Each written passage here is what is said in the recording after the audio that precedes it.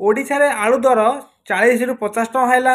ଆଉ ପଶ୍ଚିମବଙ୍ଗରୁ ଓଡ଼ିଶାକୁ ଆଳୁ ବନ୍ଦ ବି ହେଇଗଲା। ଆଉ ଏବେ ଏବେ ଖବର ଆସିଛି ଉତ୍ତରପ୍ରଦେଶରୁ ଆସି ଆଳୁ ଗାଡ଼ି ସମସ୍ତ ପହଞ୍ଚି ଯାଇଛି।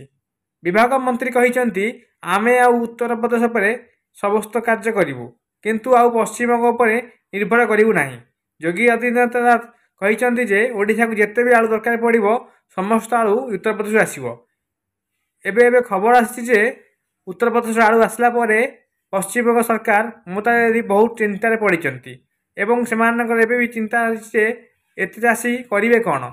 ଓଡ଼ିଶାକୁ ସମସ୍ତ ଆଳୁ ଆସୁଥିବା ବେଳେ ଯଦି ଓଡ଼ିଶା ଆଳୁ ବନ୍ଦ ହୋଇଯାଏ ତାହେଲେ ପଶ୍ଚିମବଙ୍ଗରେ ଥିବା ସମସ୍ତ ଆଳୁ ଯିବ କୁଆଡ଼େ ଏବଂ ପଶ୍ଚିମବଙ୍ଗର ସରକାର ଚାଷୀମାନଙ୍କୁ କେମିତି ବୁଝାଇବେ। ପଶ୍ଚିମବଙ୍ଗର ଚାଷୀମାନେ ବହୁତ ଋଣରେ ପଡ଼ିଥିବା ବେଳେ ସେମାନେ ଏବେ ଚିନ୍ତାରେ କେମିତି ସୁଝିବେ ଋଣ। ଯଦି ପଶ୍ଚିମବଙ୍ଗରୁ ଆଳୁ ଓଡ଼ିଶା ନ ଆସେ ତାହେଲେ ତାଙ୍କର ବ୍ୟବସାୟ ହେବ କେମିତି।